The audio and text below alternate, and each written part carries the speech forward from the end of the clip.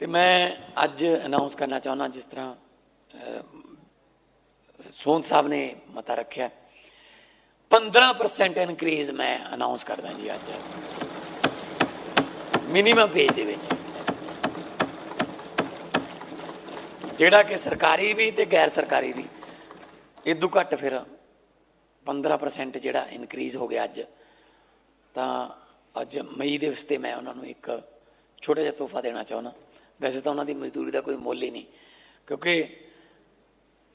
जिहड़ी सड़क ते लुक पाउंदी है कुड़ी जिहड़ा दुरमट नाल सड़क नूं कुटदा है रोड़ी नूं वो आप कदे भी उस सड़क तो नहीं लंघदा नहीं जी क्योंकि उहदे कोल गड्डी है नहीं जी ਉਹਦਾ ਸਾਈਕਲ ਲਾਈ ਉਹਨੇ ਕਿੱਥੇ ਜਾਣਾ ਹੈ ਹਾਈਵੇ ਤੇ। ਸੋ ਇਸ ਕਰਕੇ ਇਹ